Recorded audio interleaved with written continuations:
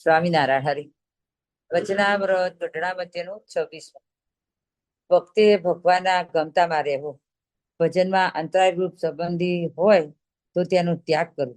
ભક્તોનો અવગુણ ન લેવો. સ્વામિનારાયણ હરિ. સંવત 1879 ભાદરવા સુધી એકાદશીને દિવસ રાત્રિને સમયે શ્રીજી મહારાજ શ્રી ગઢડા મધ્યે દાદા ખાચરના દરબારમાં શ્રી વાસુદેવ નારાયણના મંદિરની આગળ વિરાજમાન હતા ને સર્વે શ્વેત વસ્ત્રો ધારણ કર્યા હતા ને પોતાના મુખારવિંદની આગળ પરમહંસ તથા દિદેશના હરિભક્તની સભા ભરાઈ બેઠી હતી. પછી શ્રીજી મહારાજ બોલ્યા છે, જે ભગવાનનો ભક્ત હોય તેને તો ભગવાનને તથા ભગવાનના ભક્તોને જે ન ગમતું હોય તે ન જ કરવું, અને પરમેશ્વરને ભજ્યામાં અંતરાય કરતા હોય અને તે પોતાના સગાવાલા હોય તેનો પણ ત્યાગ કરવો, અને ભગવાનને ન ગમે એવો કોઈ પોતામાં સ્વભાવ હોય તો તેનો પણ શત્રુની પેથે ત્યાગ કરવો, પણ ભગવાનથી જે વિમુખ હોય તેનો પક્ષ લેવો નહીં, જેમ ભરતજીએ પોતાની માતાનો પક્ષ ન લીધો. જય સ્વામિનારાયણ. શ્રી સ્વામિનારાયણ ભગવાન સ્વતઃ સિદ્ધ અનાદિમાં મુક્તરાજ બાપા શ્રી અનાદિમાં મુક્તરાજ મામા માસી તથા સંતો હરિભક્તોના ચરણોમાં કોટાન કોટી વંદન છે. જય સ્વામિનારાયણ.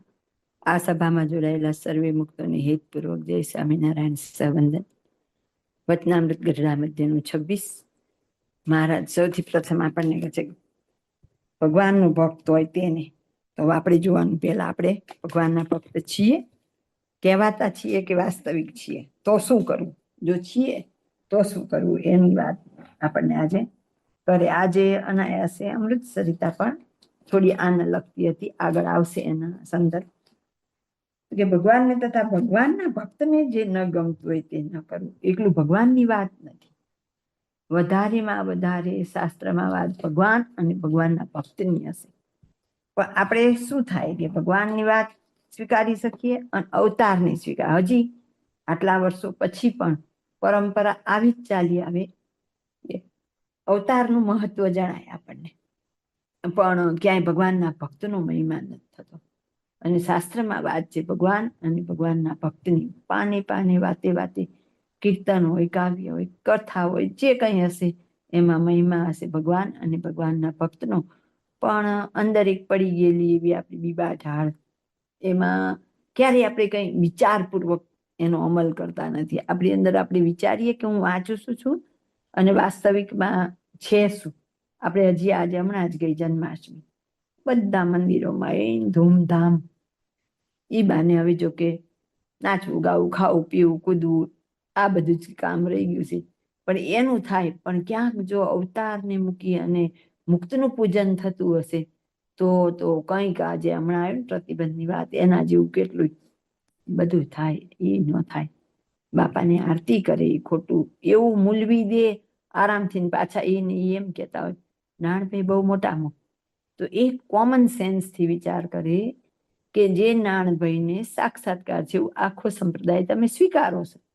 યુટ્યુબ ઉપર તો એક વિડીયો છે કે આચાર્ય મહારાજની હાજરીમાં એક સંત છે ઇમામા વિશે બધી રજૂઆત કરે છે, યુટ્યુબ ઉપર વાત છે. આપણે કરીએ તો એ વાત આખી જુદી છે. આ તો સંપ્રદાયના, મૂળ સંપ્રદાયના સાધુ થઈ અને મામા માસીના વખાણ કરે છે. હવે એ વાત બધાને સ્વીકારીએ કે હા નાણભાઈ તો મુક્ત હતા, તો પણ નાણભાઈ મુક્ત હતા છે તો એ બાપાની મૂર્તિ રાખે છે, બાપાની આરતી કરે છે, બાપા માટે એમનું જીવન છે. તો જો એમને આ ખોટું હોય, બાપાની આરતી કરવી, બાપાની મૂર્તિ રાખવી, તો નાણભાઈની સ્થિતિ જ ન હોય, નાણભાઈ સાક્ષાત્કાર જ ન હોય. એ વાત પાછી અટકી જાય. વળી મુદ્દો એવો આવે કે આપણે તો શું આમે ઓછી બુદ્ધિ વાપરી હોય ને એટલી ઊંધી લાંબી પહોંચે નહીં, એટલે આપણા તર્કે એવા હોય, પાછા માણસો તર્કે એવા ગોતી આવે કે નાણભાઈ મુક્ત ખરા, એમ નાણભાઈને તો સંતાન હતા, પણ બાપાને કે સંતાન હતા ને કેવી રીતે મુક્ત. આ તો આપણે બધા એમ કે આ જે હમણાં મામાએ કીધું ને એમ કે આપણે 5 જણને આ વાત સમજાવી હોય, કોઈ આપણને પ્રશ્ન કરે તો આપણને ખબર હોવી જોઈએ, તો આપણે એટલું જ કેવું રામ ને કૃષ્ણ તો ભગવાન કહેવાય છે, એને તો છોકરા હતા. આ તો મુક્ત કહીએ છીએ, તો બધા ભગવાન કહેવાય. શંકર ને છોકરા હતા, બ્રહ્માની છે ને વિષ્ણુ ને એકો એકને છે. છોકરા વગરની પરંપરા તો સ્વામિનારાયણ ભગવાને ચાલુ કરી છે. કૃષ્ણને તો કેટલા હતા, કંઈક પાર વગરના હતા. તોય તમને કઈ પ્રોબ્લેમ નથી ને એના તો બધા શાસ્ત્રમાં યુટ્યુબ ઉપર એ બધે તમે લખો તો એના ગુણ આવે કે બહુ એના ખરાબ હતા અને અંદર અંદર કપાઈને મર્યા ને કૃષ્ણ ભગવાનને એના માટે થઈને દ્વારકા બોળી દેવી પડી. રામના લવ કુશનો જંગલમાં જન્મ થયો અને પછી આવીને એમણે ઓલું ગીત ગાયું ને એમાંથી ખબર પડી કે આ બેના છોકરા છે ને સીતાજીને ધરતીમાં સમાઈ જવું પડ્યું. આ બધી લીલા તો આગળથી ચાલી પણ તો અબજીભાઈ ને છોકરા તો તકલીફ, પર્વતભાઈ મુક્ત તો પર્વતભાઈ છોકરા તો તકલીફ નહીં. એટલે એટલી બધી આમ કે ને આટી ઘૂટી કોઈ વિચારધારા વગરની હોય. તો આપણું કામ એટલું જ છે કે શુદ્ધ બુદ્ધિથી બે જીવને સમજાવવાનો પ્રયત્ન કરીએ. એમાં મેં આપણને 7 શતાબ્દીમાં સેવા સોંપેલી કે 5 જણને આ રહસ્ય આપવાની, જો પૈસાથી લઈ આપી દેવા સહેલા, પણ એને સમજણપૂર્વક એને વાર્તા કરવા એવી સેવા કરવી, એવી મામાએ આપણને કરેલી. તો મામાના શતાબ્દી વખતે મામાએ આપણને અનાયાસ એવું કામ હોય સાગરને 5 જણા સમજે એવું કરવું. પ્રતિબંધની પરંપરા તો આગળથી ચાલી આવી, એમાં આપણા સત્સંગમાં વધારે ચાલી આવી. મામાએ અત્યારે એમ કીધું કે ક્યારે કોઈએ આ કામ કરેલું નથી, એમાં પહેલી વાર વચનામૃત રહસ્યાર્થ ઉપર પ્રતિબંધ આવ્યો. તો પછી એ પરંપરા આગળ ધપાવનારા પાછા મને લાગે એમાં પ્રતિબંધ મૂક્યો હશે ને એને તે મહારાજનો જો સત્સંગી જોઈ. પ્રતિબંધ મૂકનારો ઘરનો જોઈ, બહારનાને જ ખબર જ નથી. એટલે ઘરના મૂક્યો, એને સામનાનું નામ લીધું હતું, ભજન કર્યું હતું, કઈક સારું સત્કર્મ કર્યું હતું, એને ફરીથી જ સત્સંગમાં જન્માય, પણ બુદ્ધિ એવી ને એવી રહી. તો હવે એને શું કર્યું, સાગર ઉપર પ્રતિબંધ મૂક્યો. તો હવે આપણી સેવા કઈ રહી શતાબ્દીની? તો કે 5 જણને સાગર સમજાતા. હવે આપણે બેવડી સેવા. તો કે શું? તો કે વચનામૃત રહસ્યાર્થ સમજાવવાની કોશિશ કરવાની, લોકોને વાંચતા કરવાના, પ્લસ સાગર સમજાવવાની કોશિશ કરવાની અને વાંચતા કરવાની. 2માં વાંધો શું આવ્યો? કે 2માં વાંધો એટલો જ કે ઓલા આગળવાળા એમ કહેતા બીબડીનું કલ્યાણ થઈ ગયું ને એટલે સત્સંગીના ગોળાનું પાણી પીવે એનું કલ્યાણ. જ્યારે બાપાએ તો એવું બધું ક્યાંય કીધું જ નહીં. બાપાએ બધી અઘરી વાતો કરી દીધી રહસ્યાર્થમાં. અને પાને બાપાએ તો ભગવા કપડાને લીધા, ધન સ્ત્રીનો ત્યાગી, તે સ્વામિનારાયણનો સાધુ, શું મુંડાવા સાધુ થયા. એટલે એને મરચા લાગે કે આ એક ગૃહસ્થ થઈને અમારી પાળ ખોદે છે અને અમને ઓળખાઈ દેશે જેવા સેવા. અહીંયા નડ્યું. પછી હવે મામાએ આશીર્વાદ આપ્યા, ઈ તકલીફ પડી કે હવે પાછી એના ઉપર તમે ક્યાં કહો છો કે ધ્યાન કરવું પડે, આજ્ઞા પાડવી પડે, ઉપાસના. ભાઈ મામાએ આશીર્વાદ આપી દીધા, પૂરું થઈ ગયું. એટલે હવે પાછો એ પ્રશ્ન નડ્યો. હવે જીવનું જ્યારે બગડતું હોય ત્યારે એનું સુધારવું. મામાએ આપણને અત્યારે ધ્રુવની વ્યાખ્યા સમજાવી, જ્યારે કોઈ જીવનું ખરાબ થાય છે ત્યારે એનું સુધારવું એ અધ્રોહ છે. એટલે મામાએ પાછી આપણને હવે એ સેવા સોંપી કે એક સેવા કરતા હતા ને તમે બરાબર હતી, હાલો તમને થોડુંક સેટ થઈ ગયું છે, એટલે કે તમને બીજી એ આપું કે હજી આજ્ઞાની પાછા ફરીથી આવ્યા છે અને એના એ લપ કરે છે. તો કે તમે આ પુરુષ પ્રયત્નની વાતને આગળ વધારજો. એ પુરુષ પ્રયત્ન તો કરવો જ પડે, પણ હકીકત એવી છે કે જેના ઉપર મહારાજ અને મહારાજના મુક્તોની કૃપા થાય ને, પુરુષ પ્રયત્ન એનાથી જ થાય અને એને જ સૂજે છે પુરુષ પ્રયત્ન કરવાનો. અને એમ કે ને કે હરી કૃપા જબ હોત એ સુજત અપના દોષ. એમ પુરુષ પ્રયત્ન એટલે શું? તો કે મારે મારી ખામી ગોતવાની, મારું હજી ભજન ઓછું પડે છે, મારું ધ્યાનમાં અંગ ઓછું છે, પછી મારો સ્વભાવ, આગળ સ્વભાવની વાત જ આવે સાબતનામાં. તો એ પુરુષ પ્રયત્ન જ છે, એને ગોતવા શોધવા. આ તો બીબડીના કલ્યાણ વાળા આવ્યા હોય એટલે બિચારાનો હજી એમ જ છે કે એમને કલ્યાણ એટલે આમને આમ આવ્યા કરે. પણ એનો અંતે છેલ્લે આપણે દરેક ધંધો વેપાર હોય છે એનો હિસાબ માંડવામાં આવે, છેલ્લે સર્વૈયું કરવામાં આવે છે. તો એની જે માનવી છેલ્લે સર્વૈયું કરે ને ત્યારે ખબર પડે કે આવડો મોંઘો મનુષ્ય બે હાથમાંથી તો ગયો, પણ બીજા કેટલાય ખાડામાં પાયડાનું જે પાપ લઈને નીકળ્યા નહીં તો વધારાનું, એ તો પાછી આપણા ઉપર બીજું વધારાનું લખાણું. એટલે આપણે ભેગા ત્રોતરો ન કરવું. વચનામૃત વાંચીએ, 11 છે વચનામૃત વાંચીએ, ન હોય તો હવે બધા વાંચીએ છીએ બરાબર. એ વાંચીને કાઢી નાખવા માટે નથી, વાંચીને આપણી અંદર એને અમલ મૂકવાનો, શુદ્ધ બુદ્ધિથી પ્રયત્ન કરવાનો. પ્રયત્ન આપણો કૃપા મહારાજની જો શુદ્ધ બુદ્ધિથી કરીએ તો મહારાજને મુક્ત આપણી ભેગા ભળે અને આપણને એમાં આગળ પ્રોગ્રેસ કરાવે. મહારાજને મુક્ત છે અદ્રશ્ય રીતે આપણું સેવન કરે છે, પણ છે હર પળ હર હંમેશ. એમનું કામ શું મહારાજનું? તો કે આમ અભય વરદાવો, તથાસ્તુ. તો એક કે પુરુષ પ્રયત્ન નથી કરવાનો, તો કે તથાસ્તુ. એક કે કરવાનું, તો કે તથાસ્તુ. એ કે જો ભગવાન શું કે તું જે કરીશ એનું ફળ આપવું એ મારું કામ. ભગવાન કે હું કોઈ કર્મ કરવામાં ભળતો નથી, કર્મનું ફળ આપવામાં ભળું છું. મેં તમને બધાને મન બુદ્ધિ ચિત્ત અહંકાર બધું આપી દીધું. શાસ્ત્ર બધાને એક સરખા આપ્યા. જો હવે એક ક્લાસના સ્ટુડન્ટ હોય તો બધા માટે એક બુક સરખી જ હોય, ગુજરાતીની હોય, ઇંગ્લિશની હોય, સાયન્સની હોય, મેથ્સની હોય, પણ માર્ક્સ બધાને ઓછા વધારે આપે, જેવી જેની સમજણ. કોઈ એમાંથી ટોપર થાય અને કોઈ એમાં 2-5 વર્ષે કરી દે, એક વર્ષમાં. એટલે આમાં એવું છે, કોઈ ટોપર થાય, કોઈ 2-5 જન્મે કરી દે, કોઈ વળી સૂક્ષ્મ સૃષ્ટિ સુધી એ પહોંચી જાય, કઈ નક્કી ન રહે. શાસ્ત્રના અર્થ પણ સત્પુરુષ થકી જ સમજાય, એટલે મહારાજે આપણને કીધું. તો એ સત્પુરુષ મળ્યા પછી પણ આપણી ઉપર કૃપા થાય ત્યારે આપણને સત્ય વાત સમજાય. સૌથી પહેલું જ કીધું, ભગવાનને, ભગવાનના ભક્તને જે ન ગમતું હોય તે ન કરવું. એટલે આપણે મહારાજને ન ગમતું તો ન જ કરીએ, પણ બાપાશ્રી, મામા, અત્યારે આપણે ભાઈ, આગળ જોઈએ તો ગોપાળાનંદ સ્વામી, ગુણાતીતાનંદ સ્વામી, નિષ્કુળાનંદ સ્વામી, આ બધાએ જે સૂક્ષ્મ વાતો કરી હોય, આમાં કેવું મહારાજે સર્વજીવિતા વાત કરી હોય. ધારો કે આપણે મહારાજે એમ કીધું કે દ્વારકા આદિ તીર્થની યાત્રા કરવી, બાપાએ તો મૂળમાંથી જ લીધા. દ્વારકા આદિ જવું જ નહીં. કાશી વૃંદાવન ને દ્વારકા જાય તે પતિવ્રતા ન કહેવાય ને, રખડેલની ખબર કોઈ રાખે જ નહીં. બાપાએ આવું કીધું. તો આપણે કોની વાત માનીએ છીએ? બાપાશ્રીની માનીએ. મહારાજે આપણને એવું કીધું કે જન્માષ્ટમી, શિવરાત્રી કરવી, અને બાપાએ તો બધાનો નિષેધ કરી દીધો, કોઈને સંભાળવા જ નહીં. એટલે એક વાત મહારાજની આવી છે ને મુક્તની આવી છે.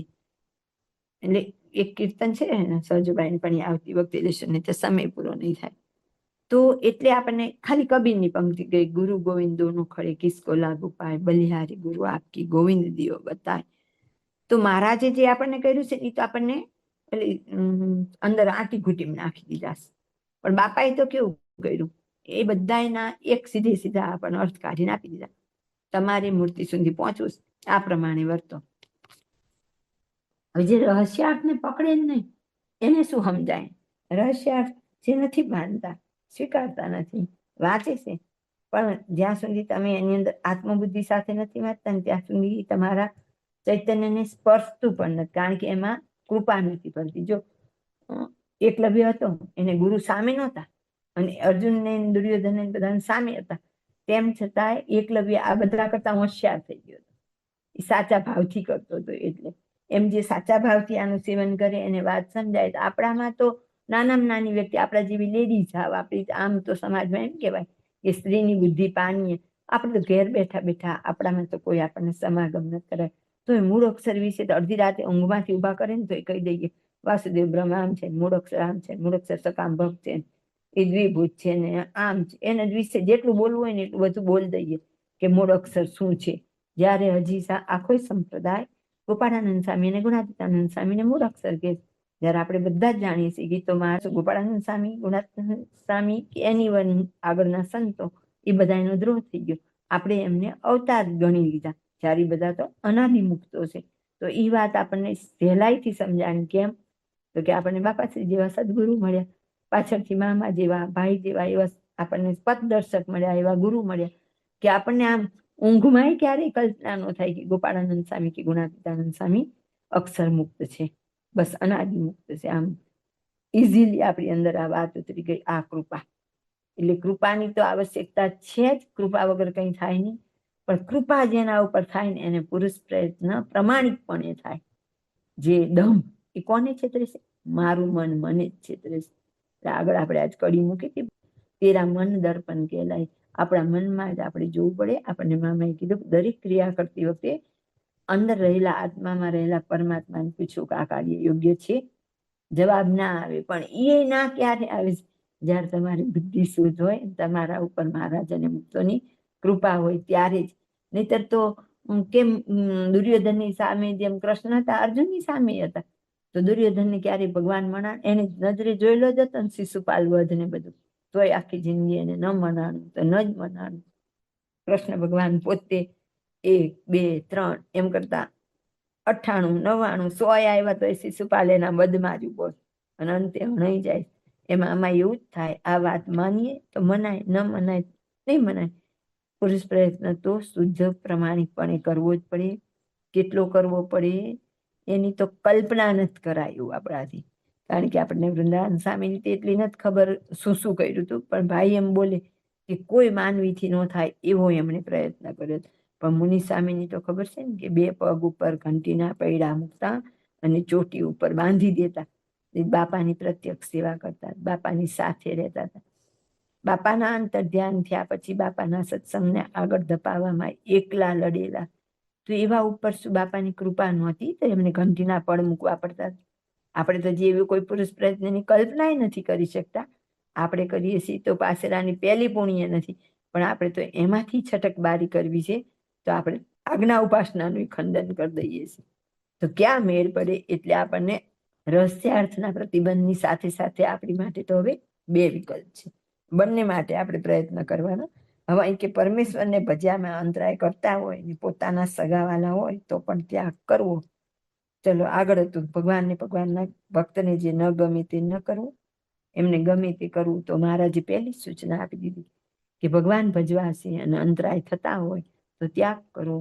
આગળના બધા જેટલા મોટા થઈ ગયા એના જીવન જોઈશું તો કોઈના પરિવારે ચાંદલો કરીને હાથમાં શ્રીફળ આપીને નથી કીધું જાઓ બેટા ભગવાન ભજજો.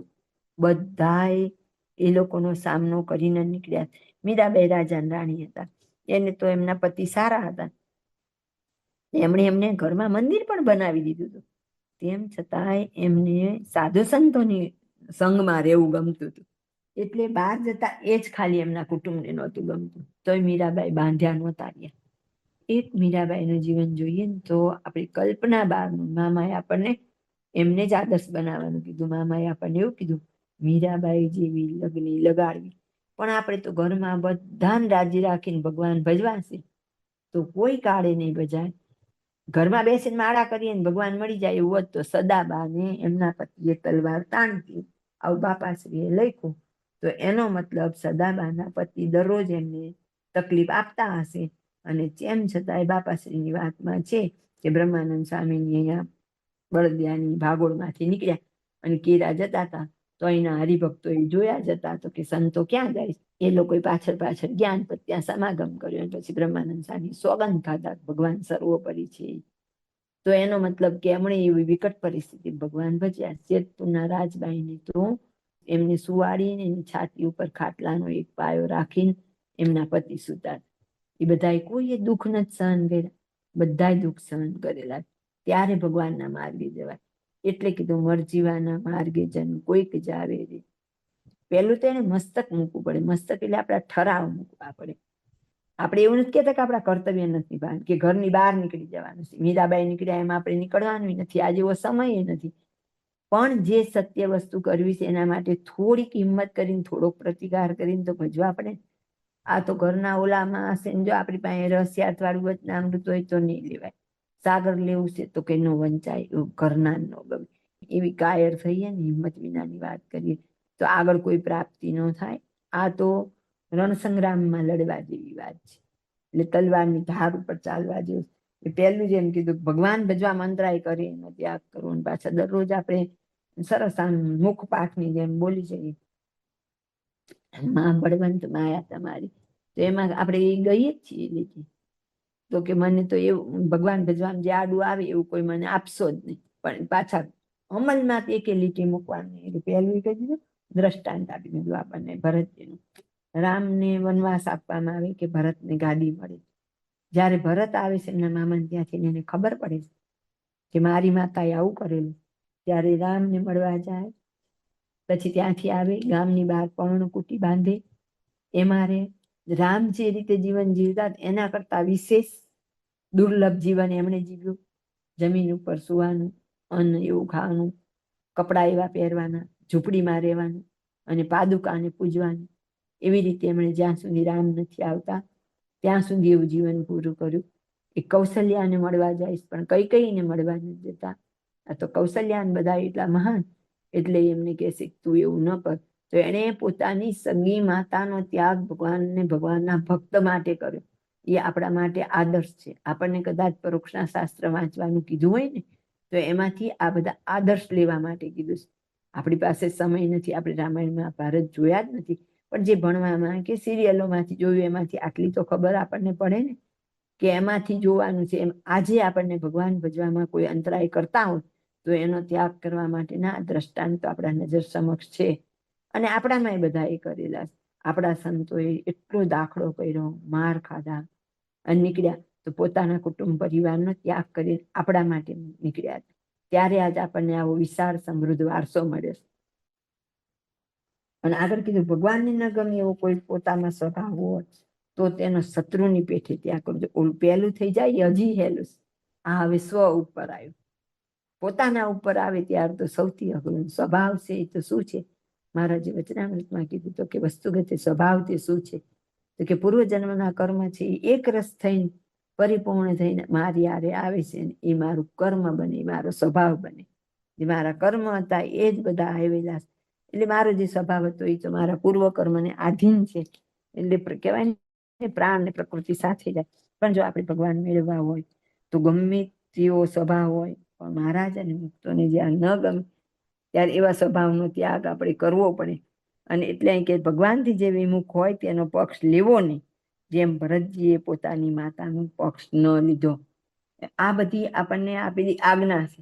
આપણે આજ્ઞા એટલે જનરલી ઓલી પંચવર્તમાનની ઓછી જોવા મળે છે, પણ જોવા મળે તો એ પંચવર્તમાન સુધીની જોવા મળે છે. પણ આ સૂક્ષ્મ આજ્ઞા છે. અને આ એકલું ધ્યાન કરીએ આપણને એમ થાય કે મને ધ્યાન બહુ ગમે, હું એકાંતમાં બેસીને ભજન કરું, રોજના 25 વચનામૃત વાંચી લઉં, માળાઓ કરી લઉં, ધ્યાન કરું, પ્રદક્ષિણા કરું, બધું કરું. પણ આ બધું એટલું જ જરૂરી હોય છે.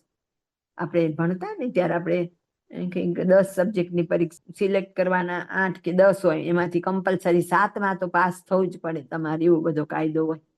અને 35 માર્ક લાવવાના હોય, એમાંથી કમ્પલસરી 27 લાવવા પડે. પછી એકમાં હું 100માંથી 100 લઈ આવું અને એકમાં મારી 0, 10, 15, 20 આવે તોય મને પાસ કરવામાં ન આવતી. મને પ્રમોશને પાસ કરતા.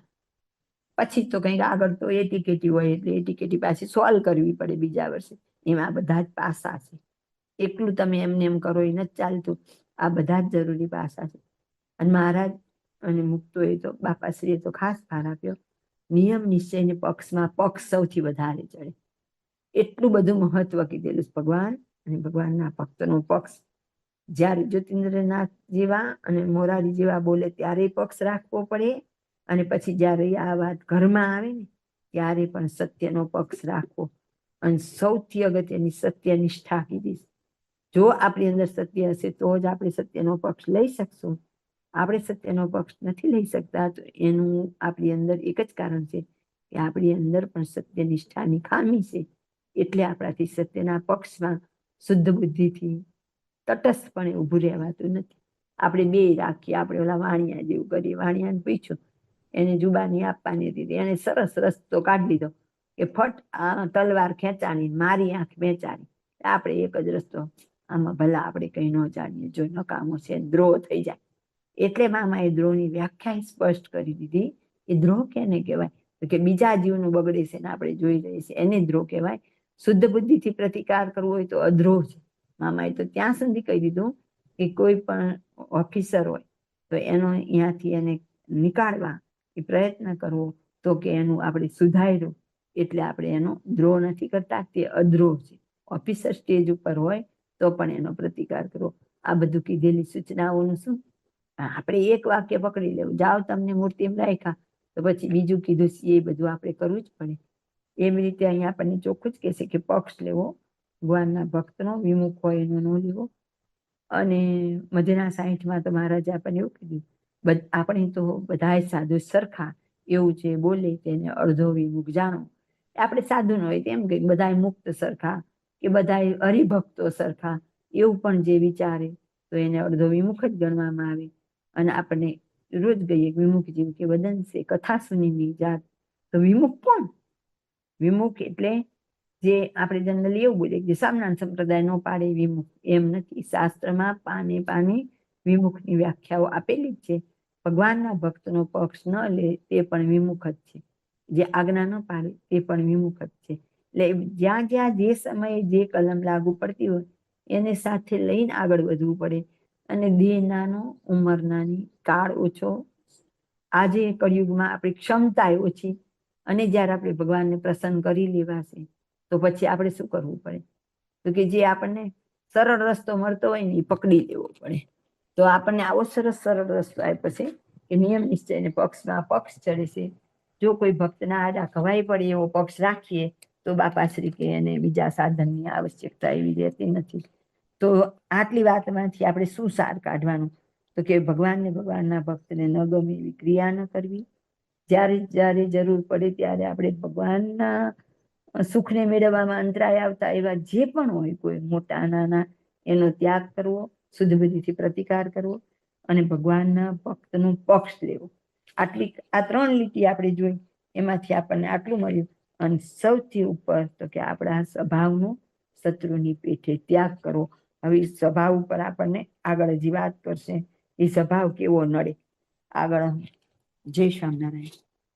અને ભગવાનનો ભક્ત હોય તેને તો સૌથી વિશેષ છે, પોતામાં જ અવગુણ ભાસે, અને જે બીજામાં અવગુણ જુએ અને પોતામાં ગુણ પઠે તે તો સત્સંગી છે તો પણ અર્ધો વિમુખ છે. હવે આ 2 જ લીટીમાં આપણને એમ કીધું કે જે ભગવાનનો ભક્ત હોય, આપણે ભગવાનના ભક્તની કેટેગરીમાં આવવું જ છે, તો સૌથી વિશેષ પોતામાં અવગુણ ભાસે. એટલે આપણે જોવું કે હજી મારે ધ્યાન ઓછું થાય છે, હજી મને ખટકો નથી, આળસ પ્રમાદ મારી અંદર છે, મારી અંદર કયો કયો દોષ છે, રસાસ્વાદ છે, કામ છે, ક્રોધ છે, લોભ છે, ઈર્ષ્યા છે, દમ, છળ, કપટ. તો એનું આપણે નિરીક્ષણ કરવું. નિર્માનીપણું કેટલું આવ્યું આપણામાં, સેવા કરવાની કેટલી આપણી તત્પરતા છે, આ બધું આપણે તપાસતા રહેવું.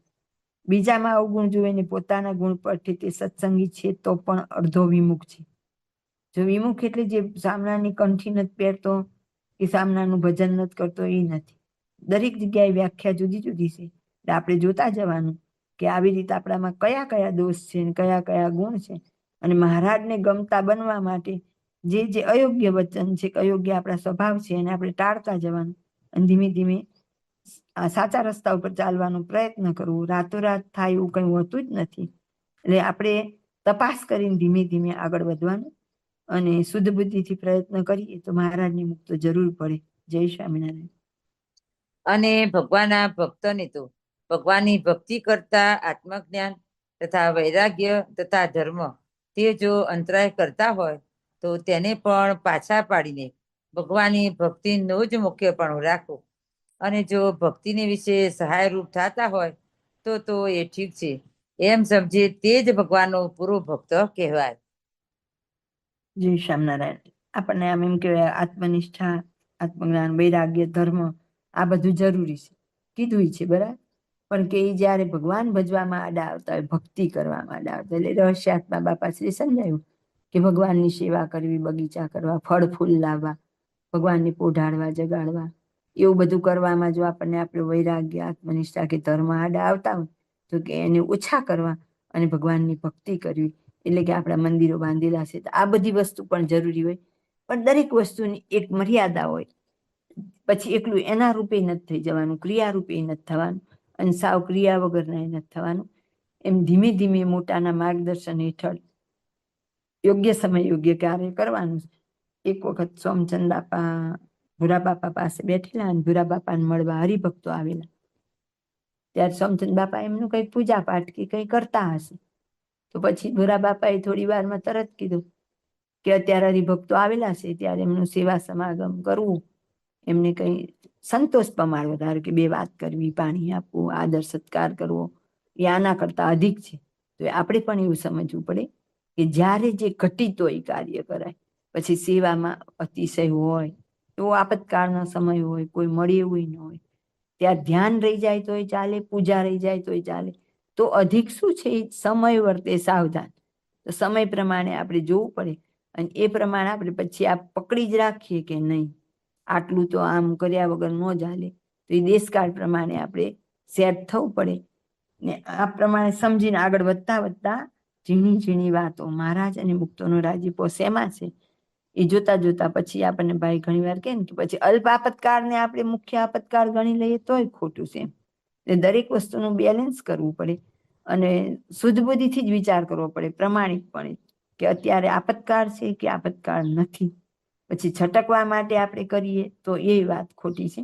દરેક વસ્તુને સમયસર, સમજણપૂર્વક અને એનો ઉપયોગ કરતા કરતા આગળ વધવાનું, પણ પ્રમાણિકપણે પુરુષ પ્રયત્ન તો છે કેવળ ભગવાન અને ભગવાનના ભક્તને રાજી કરવા માટે કરવાનો છે. જય સ્વામિનારાયણ. અને જેને બીજાનો અવગુણ આવે ને પોતામાં ગુણ પર છે, તે તો ગમે તેવો મોટો હોય તો પણ તેને કલ્યાણના માર્ગમાં વિઘ્ન થાય છે. જેમ રાધિકાજી ઘણા મોટા હતા અને ભગવાન વિશે અવગુણ માન્યું, ત્યારે પોતાના પ્રેમમાં તમોગુણનો ભાગ આવ્યો. પછી શ્રી કૃષ્ણ ભગવાન તથા સીતામા સાથે વડવેડ કરી પછી સીતામાનો શ્રાપ થયો, તેણે કરીને ગોલોકમાંથી પડીને ગુર્જરને ઘેરવતા લીધો અને ભગવાન વિના અન્ય પુરુષો તો તેને ધણી કર્યું. એવા મહા મોટા લાંછનને પામ્યા. અને સીધામાં હતો તેણે પણ પોતામાં ગુણ માન્યો અને રાધિકામાં અવગુણ પટ્યો, તો રાધિકાનો શાપ પામી દૈત્ય થાવું પડ્યું. અને એ ધામાંથી તો પડવાની રીત નથી. અને જે પડ્યા તે તો ભગવાનની ઈચ્છા એવી હતી, તો પણ ભગવાને એમ જણાવ્યું છે, રાધિકાજી જેવો મોટો હોય ને પોતામાં ગુણ માનીને ભગવાનના ભક્તોનો અવગુણ લે તો તે પણ પડી જાય તો બીજાની શી ગણતી. માટે ભગવાનનો ભક્ત હોય તેને તો સર્વે સત્સંગીનો ગુણ જ લેવો અને પોતાનો તો અવગુણ જ લેવો. એવી રીતે સમજતો હોય, થોડી બુદ્ધિ હોય તો પણ તેનો સત્સંગ દિવસે દિવસે વૃદ્ધિ પામતો જાય. અને તે વિના તો જાજી બુદ્ધિ હોય તો પણ દિવસ દિવસ પ્રત્યે સત્સંગમાંથી પાછો હટતો જાય અને અંતે જાતા નિશ્ચય વિમુખ થાય. જય સ્વામિનારાયણ. અતિ સૂક્ષ્મ અને ગહન વાત છે. બીજામાં અવગુણ જોઈએ અને પોતામાં ગુણ પડશે તો ગમે તેવો મોટો હોય તો પણ પડી જાય. ગમે તેવો, એટલે રાધિકાનું દ્રષ્ટાંત આપીને આપણને કીધું. ગઈ સભામાં આપણે વાત થયેલી કે સીતાજીએ લક્ષ્મણજીને કટુ વચન કીધા, તો એ જ સીતાજી પછી રૂક્ષ્મણી થઈને આવે, શિશુપાળ સાથે એના લગ્ન નક્કી થાય અને પછી આ વખતે જીવુબા થઈને આવે. પાછી આ વાત નિર્ગુણદાસ સ્વામીની વાતમાં છે, એટલે ખોટી હોવાનો તો કોઈ સવાલ નથી આવતો. તો આ વખતે આપણને રાધિકાજીની વાત કરી, ત્યારે સીતાજીની હતી, આજ રાધિકાજીની. કેટલી મોટી વાત કે આજે કૃષ્ણના વધારે છે કે ખબર નહીં, રાધિકાના ભક્ત ઘણા છે કે જે કૃષ્ણનું નામ કદાચ નહીં લેતા પણ રાધે રાધે રાધે રાધે કરે છે. તો એ કેટલા મહાન કહેવાય રાધિકાજી એમ. અને રાધા કૃષ્ણ કહેવાય, રાધા કૃષ્ણની બધી મૂર્તિ હોય, તેમ છતાં એ રાધિકાજીને શ્રીરામ નામના સેવકને વિશે વઢવેડ થઈ કૃષ્ણ ભગવાનની સેવામાં હોય શ્રીરામ, અને એને ના પાડે અંદર જવાની. એમાંથી આમને ગુસ્સો આવી ગયો, રાધિકાજીને પછી જન્મ લેવો પડ્યો અને કીધું ને ગુર્જરના ઘેર લીધો. પછી એ રાધિકાજી આપણામાં જીવબા હતા, એ સીતાજી રૂક્ષ્મણી પછી જીવબા, અને આ રાધિકાજી આપણામાં લાડુબા થઈને આવ્યા. શ્રી હરિચરિત્ર ચિંતામણીના ભાગ બીજાના 14, 30 ને 42 આ ત્રણેય વાર્તામાં છે. અને સરસ્વતી હતા એ રાજબાઈ થઈને આવે છે. તો આપણને આમાંથી કેટલી હદે આમ સાવધાન કરે છે. આપણે કેવું આ વાંચીને તરત કાઢી નાખીએ છીએ. આપણે વિચાર કરવો જોઈએ કે આમાં બીબડીના કલ્યાણ ને ઘોડાના પાણીના કલ્યાણની વાત સેટ ક્યાં થાય છે, ક્યાંય સેટ થાય છે? એ તો હિંમત દેવાની વાત હોય, અને કલ્યાણ એટલે એ રસ્તે ચાલતો કર્યો. બાકી કલ્યાણ એટલે આત્યંતિક કલ્યાણ નહીં. આ બધી એની એક એક કલમો છે. આ બધી કલમ જેમ કેસ લડવામાં કેટલી કલમો લાવવી પડે, એમાં બધી કલમો પ્રમાણે જીવન બનાવવું પડે, ત્યારે આગળ વધાય. રાધિકાજી જેવા આવા શ્રેષ્ઠ ભક્ત, એટલે હમણાં આપણે આગળ જે કીર્તન મૂક્યું હતું એવું આપણામાં છે કે પ્રાણ થકી મુને હરિજનવાલા. એમાં એક કડી એવી આવે કે લક્ષ્મીજી તે મારા અંગની દાસી, અડધા અંગની દાસી એમ. તોય ભગવાનના ભક્ત પાસે તો એનુંય નહીં એમ. ભગવાન એમ કે છે કે મારા ભક્ત પાસે હું એનુંય ન રાખું. રાધિકાજી તો કેટલું મહાન એમ કહેવાય. તેમ છતાં શ્રીરામ જેવા નાના સેવકનો જ્યારે દોષ પડઠે છે ત્યારે એમને પણ સત્સંગમાં, આમ કુલ 3 જન્મ, 2 જન્મ આવે સત્સંગમાં લાડુબા થઈને આવે. અને શ્રીરામને કીધું ને અસુર થયા, પછી શ્રીરામ આપણામાં ભક્ત થઈને આવે છે અને નિંગાળા ગામમાં દાન ભક્ત થઈને આવે છે. તો એ પણ આના હરિચરિત્ર ચિંતામણીના 3જા ભાગની વાર્તામાં છે કે 2 ને પછી સત્સંગમાં જન્મ આવે. આમ જો કે સત્સંગમાં જન્મ લીધા વગર તો કોઈનું કલ્યાણ નથી. સુખદેવજી હતા, એ સુખાનંદ સ્વામી હતા, એટલે એ બધાને આપણામાં જન્મ લઈને આવું જ પડ્યું છે. પણ જ્યારે આપણે સૂક્ષ્મમાં ગહન રીતે વિચાર કરીએ ત્યારે આપણને ખબર પડે કે સીતાજી એટલે બાપાશ્રી એમની વાતમાં એવું બોલે છે કે 21 લાખ વર્ષ જૂના. તો 21 લાખ વર્ષના એ સીતાજી એમને ઠેઠ આ વખતે જીવબા રૂપે આવીને એમનું કલ્યાણ થયું. સીતાજીનો ત્યાગ નહીં તો કેટલું મહાન, કેટલું પવિત્ર જીવન. તેમ છતાં એક ભગવાનના ભક્તનો દ્રોહ કરી નાખ્યો. દ્રોહ એટલે મારતા તો નથી, ખાલી કટુ વચન બોલ્યા છે. પછી તો પાછા સરસ ભેગા રહ્યા જ છે આજીવન. તેમ છતાંય એક વારના કટુ વચન ધોવાતા નથી, અને એનું પરિણામ એમને જીવબા સુધી આવવું પડે. અને રાધિકાજીને લાડુ બાસુંદી આવવું પડે તો આપણે વિચારીએ કે આપણે તો કયા વિષાદમાં છે. એક એક સંકલ્પ કરીએ ને, સંકલ્પનો એટલો દોષ છે. ત્યારે આપણે વિચાર કરવો.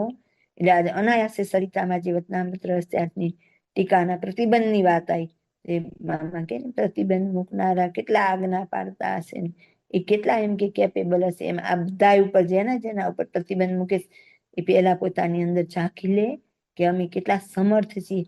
સપનામાં મહારાજ કે મુક્તના દર્શન ન થયા હોય હારાવારને બી, અને મુક્તની વાતોના ખંડન કરવા બેસે છે, ત્યારે આપણને એક વાર વિચાર નથી. અને એમાં આપણે મૌન સંમતિ પૂરી. ધારો કે જય વિજય હતા, તો એ તો વૈકુંઠના દ્વાર પાડતા, એમને કઈ ખોટું કામ નહોતું કરેલું. ભગવાન આરામમાં હતા એટલે એમણે ના પાડી હતી. અને સંકાદિકને એમણે ના પાડી કે અંદર નહીં આવવા દઈએ, તો સામે પણ સંકાદિકે ક્રોધ કર્યો, તો એને એનો દોષ તો દેખાણે આપણને. કામ, ક્રોધ, લોભ બધા દોષ જ છે. તો એમને 3 જ મિનિટ મોડું થયું હતું, વધારે નથી. તરત જ ભગવાન પોતે બહાર આવ્યા હતા એમના સત્કારમાં. અને તોય પાછા એમ કે છે કે અમને તમને મળવામાં 3 મિનિટનો વિલંબ થયો, તો આમને 3 જન્મ અસુરના લેવા પડશે. અને 3 જન્મ લેવા પડ્યા. ચોથો સેવક જે ત્યાં મૌન ઉભો હતો, એને પણ મૃત્યુલોકમાં 3 વખત જન્મ આવ્યો. એમ આપણને પણ મામા એવું કહી દીધું, જ્યાં સમૂહમાં આજ્ઞા લોપ થતા હોય ત્યાં જો આપણને નથી પહોંચાય એવું બોલવામાં કે પ્રતિકાર કરવામાં, કોઈ પણ રીતે આપણે શક્ય એટલો પ્રયત્ન કરવાનો, પણ તેમ છતાં માનો કે નથી પહોંચાતું, તો શું કીધું? તો ત્યાંથી ખસી જવું. જો ન ખસીએ તો શું થાય? તો કે માળા ફેરવવી પડે. એનો મતલબ શું થયો? કે આપણને પણ એનું પ્રાયશ્ચિત કરવું પડે.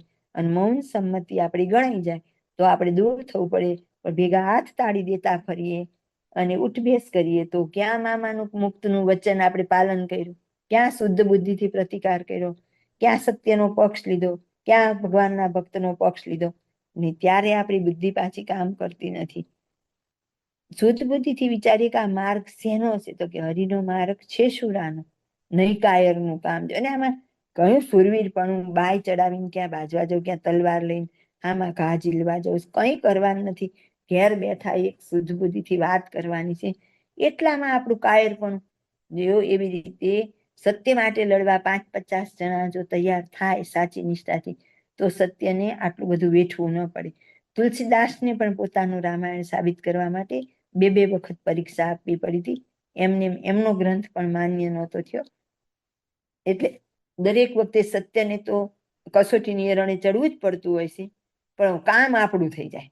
આપણા જેવા નાદાનનું ખાલી આટલી બાપાની વાતની સમજણા પણ હોય કે બાપા કહેશે સૌથી વધારે પક્ષ રાખવામાં રાજીપો છે, તો કે મૂકો ને 100 કામ કરવા કરતા એક સેવા કરલો, આપણું જ કામ થઈ જાય, બેડો પાર. એટલે આપણને છે ને ઓલી વંદે માતરમ ટ્રેન જેવું થઈ ગયું, બુલેટ ટ્રેન જેવું મળી ગયું. પણ એ બુલેટમાં બેસવાની તૈયારી હોવી જોઈએ. એમાં કોઈ આપણી આબરૂ જતી નથી રહેતી, પણ તોય જે આપણો સારા રહેવાનો સ્વભાવ છે એ બધે આપણે પાછળથી આપણે બોલતા હોઈએ, પણ જાહેરમાં આવતા આપણને આપણો સારા રહેવાનો સ્વભાવ નડતો હોય. તો આ વાતને કેટલી ગહનતાથી વિચારવી જોઈએ. રાધિકાજી જેવા હતા, જે રાધિકાજી આજ એમના સંગોસંગ એમને જેટલા જ પૂજાય છે, એનો પણ ભગવાન એને તિરસ્કાર કહીએ કે એને ત્યાંથી એમને જન્મ લેવડાવી દીધો. તો આપણા જેવાનું શું થાય? આપણે વિચાર કરીએ. એ ભક્ત સામાન્ય હતો, તો એનો તો એ પોતે તો રાણી કહેવાય, મોટા કહેવાય, એને 2 શબ્દ બોલવાની એને અધિકારી હતો. તેમ છતાં એક નાના ભક્તનું અપમાન કરવાની સજા એમને મળી છે. સામે ભક્તને પણ મળી. તો જય વિજયમાં એવું જ થયું. સંકાદિકે ક્રોધ તો કર્યો જ, જય વિજયને 3 જન્મ લેવા પડ્યા. જે મૌન સાક્ષી હતો એને પણ મૃત્યુલોકમાં 3 જન્મ લેવા પડ્યો, પણ એને મનુષ્ય તરીકે અને ઓલાને અસુર તરીકે. તો આપણે વિચાર કરી લઈએ કે હમણાં જ મામાએ કીધું કે વચનામૃતમાં 2/3 ભાગમાં દ્રોહની વાત કરેલી છે. તો પછી આપણે કેટલી હદે એ વાત વિચાર કરવો જોઈએ કે મારું એક વાણી, વર્તન, મારી જે કોઈ ક્રિયા એ કે આ ધ્રુવમાં કે અધ્રુવમાં કયા પગથિયે ચડે છે? મને સંગ કોનો છે? એક મૌન સંમતિ. ભીષ્મ પિતામહની સંમતિ એ નહોતી, પણ મૌન બેઠા દ્રૌપદીનું ચીરહરણ જોયું છે. એમ આજે પણ જ્યારે કોઈની આબરૂ લેટાતી હોય ને, ત્યારે ચીરહરણ કરતા પણ વિશેષ છે. ત્યારે આપણે મૌન બેસવું ને, તો ભીષ્મ પિતામહની જેમ આપણને પણ એવી જ સૈયા આવશે. ભીષ્મ પિતામહને બાળ સૈયા આવી, અને ત્યાં પૂછે જ છે કે કેમ આવું થયું તું તમારે? છેલ્લે દ્રૌપદી કે અત્યારે તો બહુ સારી વાતો કરો છો, ત્યારે શું હતું? તો કે એનું મેં અન્ન ખાધું હતું. અને એટલે નિષ્કુળાનંદ સ્વામી નિષ્કુળાનંદ કાવ્યમાં કે આપે પ્રસાદીને પ્રસાદ્યા. ક્યાંક આપણે પ્રસાદીની મોહબ્બતમાં પણ આવી જતા હોય, ક્યાંક આપણી પીઠ ઉપર હાથ ફેરવાય, પ્રશંસાની બે વાત કહેવાય, આપણને સ્ટેજ ઉપરથી કંઈક આગળ આવવા મળે, કાંઈ પણ આપણો નાનામાં નાનો જો એક હેતુ સરતો હોય ને, તો આપણે આ બધું બાજુ મૂકવા તૈયાર છીએ. પણ એ નથી વિચારતા કે હેતુ સારી તો એક મોક્ષનો સારવાનો છે. મૂર્તિના સુખની પ્રાપ્તિ સિવાયનો કયો હેતુ સારવો હશે આપણે? આપણું લક્ષ્ય જ્યારે એક જ બને ને કે મારે નિષ્કામ ભાવે બસ મૂર્તિ જ મારું લક્ષ્ય, ત્યારે સત્યનિષ્ઠા આવવામાં કોઈ બાધ ન આવે. પણ જે નથી આવતું ને એ આપણી ભક્તિ એ નિષ્કામ નથી ને, અને આપણું લક્ષ્ય એક મૂર્તિ નથી ને, એટલે આપણને સારસારનો વિવેક થતો નથી. અને આપણને એવડી મોટી કૃપા થાય, એવડો મોટો રાજીપો મહારાજને મુક્તો ન મળે, કોઈ એવું સાધન નહીં.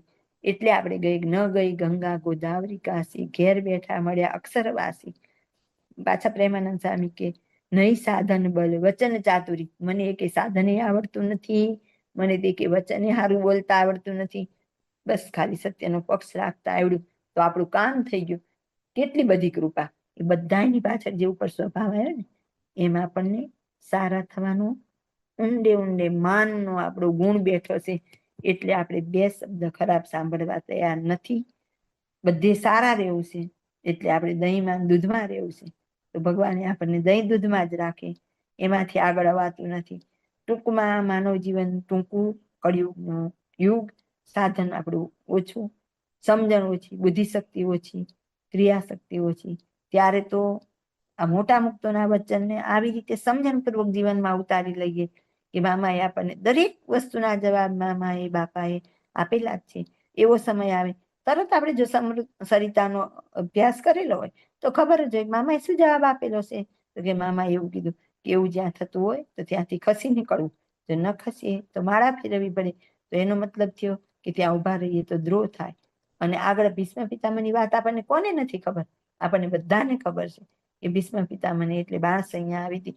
જો તો ગુરુ દ્રોણ કેવા હતા, બધા મોટા મોટા હતા, કૃપાચાર્ય, કર્ણ મહાન દાનવીર, પાછા સુરવીર એવા, અને વિદ્યાભ્યાસે એનો એટલો, તોય પણ અસત્યના પક્ષે હતા.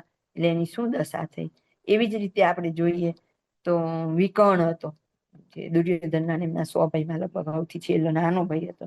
જ્યારે દ્રૌપદીના ચિરહરણ થાય છે ને ત્યારે એ ના પાડે છે, એક જ ઉભો થાય સભામાં. મને તો એ વાત આજે નથી સમજાતી કે ભીષ્મ એવડા મોટા બેઠા કેમ? એક પર અત્યારે રોડ પર કોઈક સ્ત્રીને કોઈક ગુંડા નડતા હોય ને, 5-7 જણા હોય પાછા, અને આપણાથી તો કઈ બને એવું જ ન હોય, તો પણ આપણે અંદરથી એક પ્રયત્ન તો થાય જ કે આ છોકરીને કે આ સ્ત્રીને આપણે કેમ બચાવી. અને ઓલા તો ઘરની દીકરી, એની લાડ લૂંટાય છે ત્યારે ચૂપ બેઠા છે. પણ એણે જે પ્રતિજ્ઞા લીધી હતી ને પ્રતિજ્ઞા યોગ્ય નહોતી. એટલે આપણે પણ એ બુદ્ધિનો પણ વિચાર કરવો હોય. ભીષ્મએ પ્રતિજ્ઞા લીધી હતી કે હું બ્રહ્મચર્ય પાડીશ, હું લગ્ન નહીં કરું, જેથી એને સંતાન ન થાય અને આમના સંતાન ગાદીએ બેસે.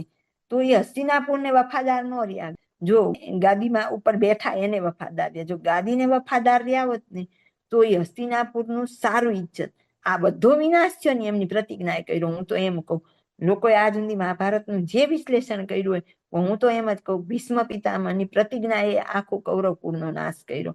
એમની શુદ્ધ બુદ્ધિથી કેમ ન કહી શકે વડીલ હતા કે આટલી જગ્યાએ અન્યાય થાય છે, એના નહીં જ થવા દો.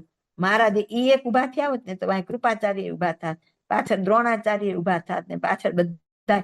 પણ એટલા બધા વચ્ચે સૌથી નાનો એવો વિકર્ણ ઉભો થાય છે અને ના પાડે છે કે આ કામ અયોગ્ય છે, તમે આ કામ રોકો. પણ એ સૌથી નાનો હતો, એનું કઈ ચાલ્યું નહીં. પણ ભલે એને ચાલ્યું નહીં, પણ જેમ ટીટોડીનો પ્રયાસ હતો, જેમ એક ખિસકોલીનો પ્રયાસ હતો, એમ વિકર્ણનો પ્રયાસ હતો. તો વિકર્ણ પછી આપણે અમદાવાદમાં સાઈબાગ પાસે દરિયાવ ખાનનો ઘુમ્મટ છે, એ દરિયાવ ખાન રાજા બનીને આવે છે અને એ પછી ભૂત થયો હોય છે. મુક્તાનંદ સ્વામી બધા દરિયાવ ખાનના ઘુમ્મટમાં ત્યાં ઉતારો કરે અને ભજન કરે, કથા વાર્તા કરે. એ સાંભળીને એ પણ પોતાના મોક્ષને ઈચ્છે છે. જ્યારે મહારાજ ત્યાંથી પસાર થાય ત્યારે એના બધા આખા ટોળાને લઈને આવે છે, એના કુટુંબ પરિવારને લઈને, અને મહારાજને પગે લાગે છે.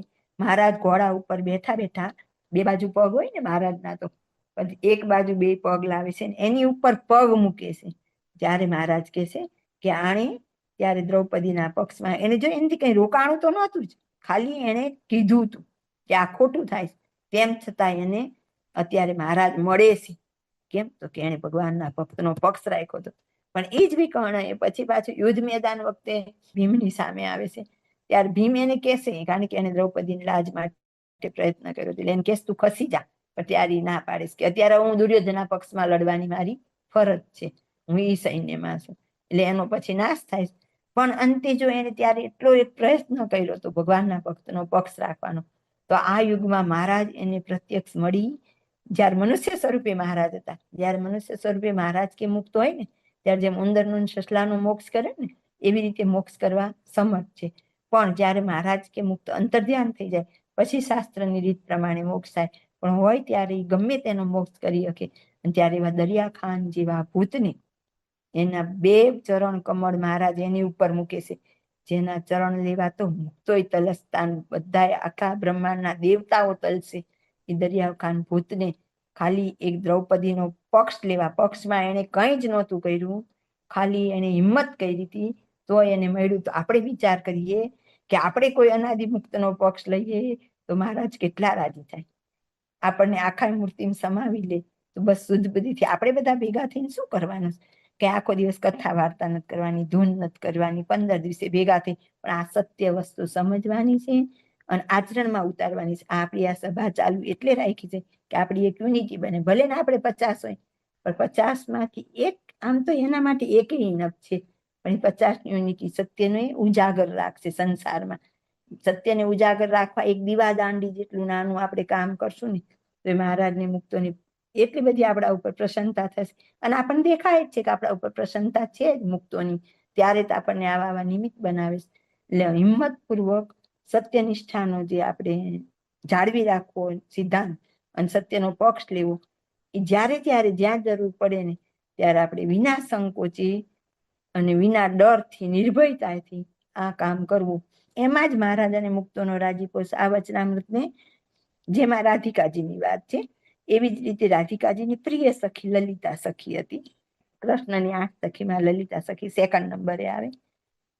એક બાજુ કૃષ્ણ ભગવાન, એક બાજુ લલિતા સખી, એક બાજુ રાધિકા. એમ ચેલા છે, રાસ રમેલા, બધું કરેલું. એટલે અતિ નજીકના સખી કહેવાય લલિતા સખી. એ લલિતા સખી રાધિકાના શણગારની એવી સેવા કરતા. એમને પણ એક વખત ઉદ્ધવજી જયારે આવે છે ત્યારે રાધિકાજીને કૃષ્ણ ભગવાન બે બેઠા હોય અને લલિતા સખી ના પાડી જવાની. એમાં એ બે વચ્ચે ક્રોસ થાય અને બેયને આ પૃથ્વી ઉપર જન્મ આવે. અકબરની પત્ની જોધાબાઈ હિન્દુ હતી અને યમુનાની સામે જ એનો મહેલ હતો. એટલે એક વખત યમુના એ ગઈ હોય ત્યારે જોવે છે કે નાની સુંદર બાળકી હોય છે, પોતે લઈ આવે છે મહેલમાં, એનું જતન કરે. હવે રાજાને તો કેટલી રાણી હોય એટલે કઈ રોજ તો જોધાબાઈના ત્યાં આવે નહીં. એટલે આ દીકરીને આમણે મોટી કરી એને કઈ ખબર નથી હોતી. પછી ઉંમર થઈ જાય છે એમ જોધાબાઈ સામું તો કઈ અકબર બહુ જોવા નવરાય ન હોય. એક વખત જોધાબાઈ જોઈ જાય છે કે આ દીકરી જોધાબાઈના શણગાર ને બધું હોય ને એમાંથી શણગાર કરતી હોય. એ જોયા કરે છે ચૂપચાપ. આમ બહુ છોકરી સરસ હોય છે એટલે એમને બહુ પ્યારી હોય છે. પછી જોયું કે એને મસ્ત શણગાર થઈ જાય. પછી ઉપર અગાસીમાં ગઈ અને અગાસીમાં જઈને યમુનાના તટ સામું જોયા કરે ને રડ્યા કરે. પછી તેનો નિત્યક્રમ આપણે જોઈ લીધું કે નિત્ય ઉપર જાય છે ને રડે. પછી એક વખત એને પૂછે છે કે તું કેમ રડસ એમ, તો કે અહીંયા કૃષ્ણની પ્રતીક્ષા કરી રહી છું. પછી એને તો 11-12 વર્ષની થઈ, થોડી જુવાન થઈ. એક વખત એને જોધાબાઈના બહુ સરસ શણગાર કરી દીધા હોય એટલે રાજા એમ કહેશે કે આજ તમારા શણગાર કોણે કરેલા? તો એનાથી પછી કેવું જ પડે કે આણે કર્યા. તો એને એમ થયું ઓહો આવા સરસ શણગાર કર્યા, એ કેવી છે? એટલે એને જોવાની ઈચ્છા રજૂ કરી. તો એ દીકરીને જોઈ, આને તો ખબર જ હતી કે આ છોકરી રાજાને બતાવાય નહીં, રાજાને તો જેટલી હોય એ પોતાની પત્ની કરી લે. એને આજ સુધી રાજા સુધી વાત કીધેલી જ નહોતી. પણ પછી જયારે રાજાને ખબર પડે છે હવે આને તો જોધાબાઈને છૂટકો નહોતો બતાવ્યો વગર, પછી રાજાના મનમાં ઈચ્છા થઈ ગઈ કે હવે આ છોકરીને મારી વરવું જ. પણ એના આખા શરીરમાં દાહ ઉત્પન્ન થઈ જાય. પછી બહુ દવા કરે, બહુ દવા કરે, કોઈ રીતે ન મટે. પછી એને કોઈ એક વ્યક્તિ એવું કે સજેશન આપે છે કે અહીંયા સુરદાસ છે, એની પાસે તમે જાઓ, બહુ મહાન ભક્ત છે ને કદાચ તમારા રોગને કળી શકે. હવે આર્ય જુગારી શું કરે? એટલે બિચારા પછી સુરદાસ પાસે જાય છે. સુરદાસ એમને જોવે છે ને કહે છે કે તમાને જે આ રોગ લાગુ પડ્યો છે એનો તો એક જ હોય કારણ કે કોઈ પણ ભગવાનના ભક્તનો તમારાથી દ્રોહ થઈ ગયો છે.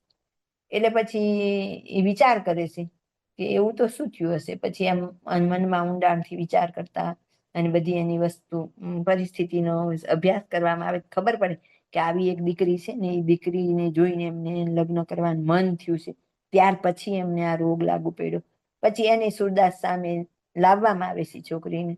ત્યાર સુરદાસ એને કે લલિતે તું, ત્યારે પછી લલિતા એમ કહી દે, ઉદ્ધવ તું.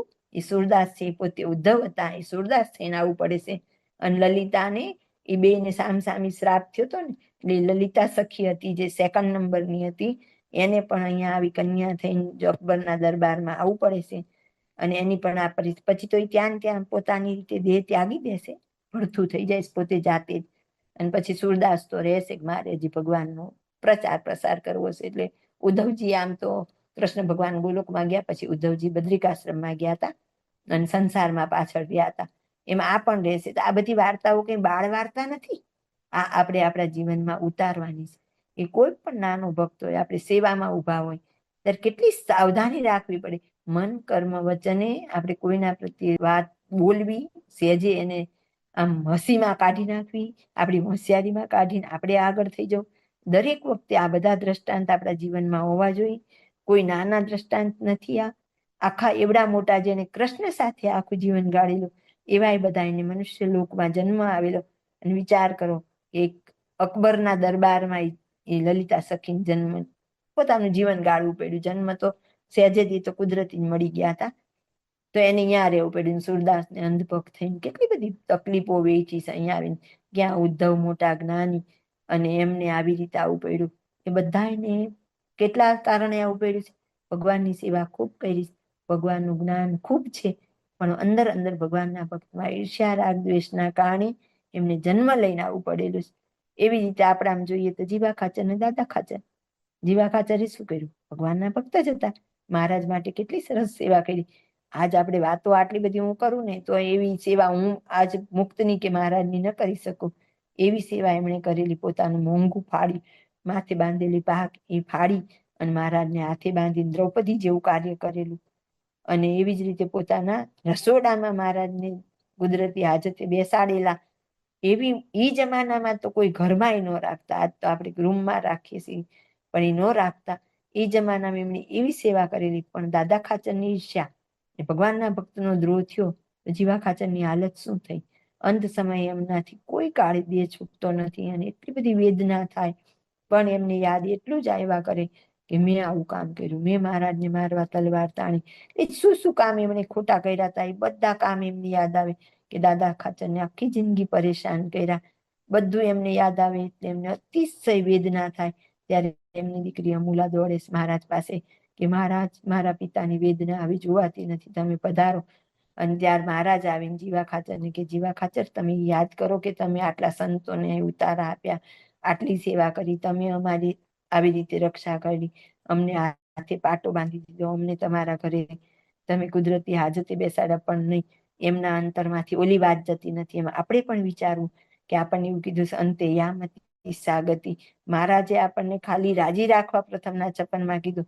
અંતકાળે સ્વામિનારાયણ એવું નામ આવે તો ગમે તેવા પાપ થકી છૂટી જાય, પણ ના, એ ખાલી આપણને હિંમત દેવાની વાત કરી છે. બાપાશ્રી એમની વાતમાં ના પાડી દીધી છે કે એનાથી બીજ બળ થાય, છેલ્લો જન્મ નથી થઈ જતો. અને રહસ્યાર્થમાં એવી રીતે કીધું, એના ખુદના મુખથી સ્વામિનારાયણ બોલાય અને પછી એક પણ શબ્દ નહીં નીકળે તો એની ગતિ આગળ થાય. બાકી 100મી વાતમાં બાપાએ ના પાડી દીધી, જન્મ તો આવે જ. અને અંતકાળે નામ લઈ જ ન શકે. પહેલી વાત જ જીવા ખાચરને ઘણું યાદ કરાવે છે મહારાજ. મહારાજ સામી જ બેઠા છે, તેમ છતાં એ નથી લઈ શકતા. આપણે જો આપણો જયારે હૃદય ડંખતું હશે ને, ત્યારે ખોટા કામ માટે ડંખતું હશે. ક્યારે સારી વાતનું આપણને માન મળશે, પણ એનો ડંખ નહીં હોય. ડંખ તો હંમેશા ખોટા કાર્યનો જ બેસે. એટલે મામાએ કીધું, દરેક કાર્ય કરતા પહેલા આપણા આત્માને પૂછવું, આ કામ યોગ્ય છે કે નહીં. એટલે આ નાની નાની વાત આપણે સમજવાની છે કે સેવા કરતા ઈર્ષ્યા આવે છે, ત્યારે બધી સેવા નાશ પામે. આપણે તો આગળ ગંગાબાઈ સોનબાઈના દ્રષ્ટાંત જોયા છે, મચ્છાવના ફૈબાનું સાસુ વહુનું જોયું. એવી જ રીતે મુક્તાનંદ સ્વામી જયારે વડોદરાની સભા જીતીને આવે છે, ત્યારે નિર્વિકલ્પાનંદ સ્વામીને એમ થઈ જાય છે, ઓહો, તમારા કરતા તો અમે મોટા વિદ્વાન, અમને મોકલ્યા હોત તો અમે જય જયકાર કરીને આવત. મુક્તાનંદ સ્વામીને તેવું કઈ હોતું નથી, એ તો દાસના દાસ. તો એ તો કે હા વાત સાચી, પણ મહારાજને સહન નથી થતું. અંતે નિર્વિકલ્પાનંદ નીકળી જાય છે, સત્સંગમાંથી પડી જાય છે. એટલે મહારાજ કે આગળના અવતાર કોઈ પણ પોતાનો દ્રોહ સહન કરી લે, પણ જ્યારે પોતાના ભક્ત ઉપર આવે છે ત્યારે તો જે જ પણ સહન નથી કરતા. જ્યારે દાદા ખાચરે હાથ ગણું માંગ્યું, બીજી વાર લગ્ન મહારાજ પરાણે કરાવે, પછી હાથ ગણું કહે છે, ત્યારે કે મહારાજ તમારા ભક્તના બધા ગુના માફ કરજો. મહારાજ કે નહીં, બધા ગુના માફ કરીશ, પણ જેણે મારા ભક્તનો દ્રોહ કર્યો, એ મારા ભક્તનો અપરાધ કર્યો, એ ગુનો હું ક્યારેય માફ નહીં કરું. અને એક નહીં, આગળના બધા અવતારના આપણે દ્રષ્ટાંત જોઈ લીધા કે જેણે જેણે ભગવાનના ભક્તનો દ્રોહ કર્યો છે એ કોઈને માફ કરવામાં નથી આવ્યા. વાલીને રામ મારે, રામે ક્યારેય અનીતિ નહોતી કરી. જો કૃષ્ણ ભગવાનમાં બધું અનીતિથી હતું, રામ ભગવાનના ચરિત્રમાં ક્યારેય નહોતું, પણ વાલીને મારવામાં કરી હતી. પણ વાલીએ સુગ્રીવની પત્ની લઈ લીધી હતી, એટલે એમણે સુગ્રીવનો પક્ષ રાખી, અને વાલી ખોટો હતો એટલે વાલીને માર્યા હતા. પછી એમ કહે છે કે એ જ વાલીએ કૃષ્ણ ભગવાનને તીર માર્યું ને મરી જાય છે. પણ એવી રીત આપણે આ એક દ્રષ્ટાંત જોતા જોતા શું જોવાનું છે? તો એ જ કે આપણાથી ક્યાંય આવી ભૂલ થઈ જતી નથી ને. આપણને પીરસવા ઉભા રાખ્યા હોય તો આપણને એમ થઈ જાય હું જ આ બધું દેનાર છું, એટલે એટલો પાવર કરતા હોય, કોઈ ઉંમરવાળા હોય, કોઈથી અવાય નહીં, તો આપણે રાડ બોમ કરીએ, પાછા એક ચમચી પીરસીએ, ઓલા ક્યારે ઊભા થઈને બીજી વાર લેવા આવે.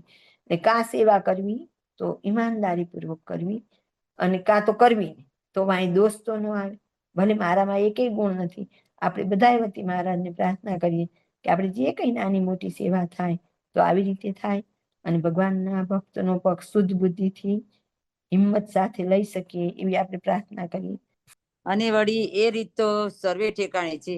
જે ચાકર હોય અથવા શિષ્ય હોય, તેને રાજા હોય અથવા ગુરુ હોય, તે જેમ વળીને કહેવા માંડે તેમાં જે સવડું લે તો તે ઉપર રાજા તથા ગુરુને અતિશય હેત થાય છે. અને જેને શિખામણની વાત કહે ને અવળું લે તો તે પર હિત થતું નથી. તેમજ ભગવાનની પણ રીત છે, જેને શિખામણની વાત કહે અને સવડું લે તો તે પર હેત થાય છે, પણ જે અવળું લે તે પર થતું નથી. ઇતિ વચનામૃત ગઢડા મધ્યનું 26મું. રહસ્યાર્થ પ્રદીપિકા ટીકામાં કૃપા વાક્ય એક છે. તેમાં શ્રીજી મહારાજે કહ્યું છે, જે અમને ભજતા અંતરાય કરે એવા સંબંધીનો તથા અમને તથા અમારા ભક્તોને ન ગમે એવા સ્વભાવનો ત્યાગ કરો, અને પોતામાં ગુણ જોઈએ ને બીજામાં અવગુણ પઠે, તે સત્સંગી છે તો પણ અર્ધો વિમુખ છે.